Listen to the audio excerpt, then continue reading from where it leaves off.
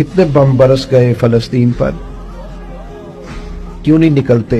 एटमी ताकतें होने के बावजूद भी लोग तगड़ा बयान भी नहीं देते। क्यों नहीं देते? बुज़दिल है। मैदानों में एटमी बम से नहीं लड़ा जाता, ईमान की ताकत से लड़ा जाता है। तरस नहीं आता तुम्हें उन बच्चों पर?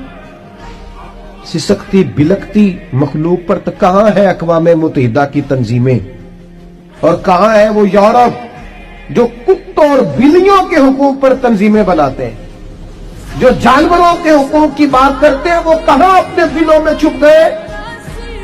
फलस्तीन के हस्पतालों पर बम बरसे तो तुम्हारा क्या ख्याल है? तुमसे हिसाब से नमाज रोजे का होना है? अल्लाह के बंदे तड़पते रहे और रब पूछेगा नहीं? वो जिन हस्पतालों पे बम बरसते हैं वो कौन है? वो जहां जनाजे पढ़ने को कफन मुयस्सर नहीं, वो कौन है? जब वो पूछ